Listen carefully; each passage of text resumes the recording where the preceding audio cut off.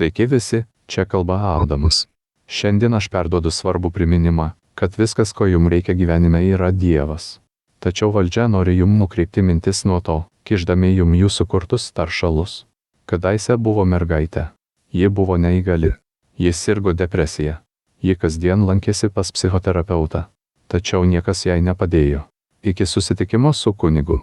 2 metai lankymosi pas psichologą jai nepadėjo, tačiau vos kelios dienos tikėjimo Dievu, gyvenimas pradėjo taisytis. Taip pat, jos kojos operacija pasisekė 100% ir ji pradėjo vėl vaikščioti.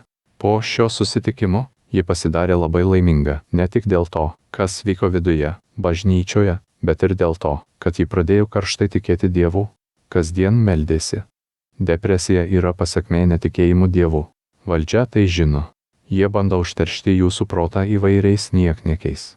Jie bando jums įvaryti jūsų kurtas ligas ir parduoti jum, kabutėse, jų vaistus, slepiant tikrąjį išsigelbėjimą, vardan jų šventinamo euro ir dolerio.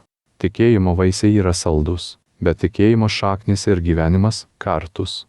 Te laimina jūs Dievas. Adamas išeina.